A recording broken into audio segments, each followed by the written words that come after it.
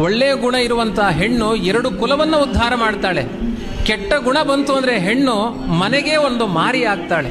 ಇಷ್ಟು ಭಯಂಕರವಾದ ಸ್ವಭಾವ ಇದೆ ಅಂತೆಲ್ಲ ನಿಂದನೆ ಮಾಡಿದ್ದಾರೆ. ಕೃಷ್ಣ ಬಂದು ಯಶೋದೆ ಬಳಿ ಹೇಳ್ತಾನೆ, ಅಮ್ಮ, ಹೆಣ್ಮಕ್ಕಳ ಚಾಡಿ ಮಾತಿಗೆ ಮಾತ್ರ ಮೋಸ ಹೋಗಬೇಡ. ನಿನಗೆ ಯಾರಾದರೂ ಗಂಡು ಮಕ್ಕಳು ಬಂದು ನನ್ನ ವಿಷಯದಲ್ಲಿ ಚಾಡಿ ಹೇಳಿದರೆ ಅವಾಗ ಸ್ವಲ್ಪ ಎನ್ಕ್ವೈರಿ ಮಾಡು. ಬರೀ ಹೆಣ್ಮಕ್ಕಳು ಚಾಡಿ ಹೇಳ್ತಾರೆ ಅಂದರೆ ನೀನು ಒಪ್ಪಬೇಡ ಅಂತ. ಬಹುತೇಕ ಭಾಗವತದಲ್ಲಿ ಕೃಷ್ಣ ಕಳ್ಳತನ ಮಾಡಿದ್ದ ಚಾಡಿ ಹೇಳಿದ್ದೆಲ್ಲ ಹೆಣ್ಮಕ್ಕಳೇ. ಅದಕ್ಕೆ ಯಶೋದೆಗೆ ಯಾರ ಮೇಲೂ ವಿಶ್ವಾಸ ಇಲ್ಲ. ಅವಳೊಂದು ನಿಯಮ ಮಾಡಿದ್ಲು, ಯಾರಾದರೂ ನನ್ನ ಮಗ ಕಳ್ಳತನ ಮಾಡಿದ್ದನ್ನು ರೆಡ್ ಹ್ಯಾಂಡಾಗಿ ಹಿಡ್ಕೊಂಡು ಬಂದರೆ ನಾನು ಅಂಗೀಕಾರ ಮಾಡ್ತೇನೆ ಅಂತ.